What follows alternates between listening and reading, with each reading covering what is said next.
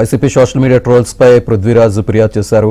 YCP social media wing trolls చేయడంపై పృథ్వీరాజ్ అయితే స్పందించారు. దీనికి సంబంధించి సైబర్ క్రైమ్ పోలీసులకు అయితే ఫిర్యాదు చేశారు. ఇదే అంశానికి సంబంధించి పూర్తి సమాచారం కరెస్పాండెంట్ ప్రవీణ్ అందిస్తారు.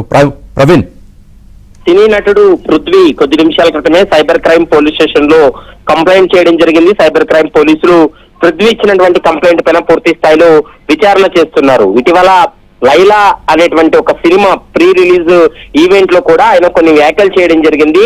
ఆ వ్యాఖ్యలను వైసీపీ ఉద్దేశించి తను చేశాడంటూ కూడా కొంతమంది వైసీపీ సోషల్ మీడియా వింగ్ లో ఉన్నటువంటి కొంతమంది పృథ్వీరాజును కూడా టార్గెట్ చేస్తూ అతను అసభ్యంగా దూషించడం కావచ్చు, అతను వ్యక్తిగతంగా ట్రోల్ చేస్తున్నటువంటి పరిస్థితి కనపడుతుంది. వాటికి సంబంధించినటువంటి కొన్ని ఆధారాలను సైబర్ క్రైమ్ పోలీసులకు అందజేయడంతో పోలీసులు కేసు నమోదు చేసి ఇన్వెస్టిగేట్ చేస్తున్నారు.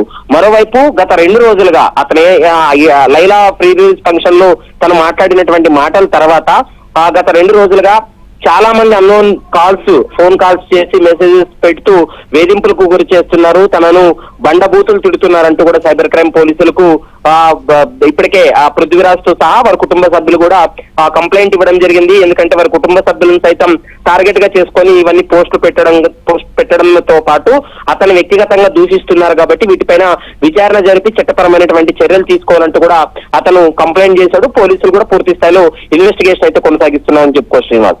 Right Praveen, thank you.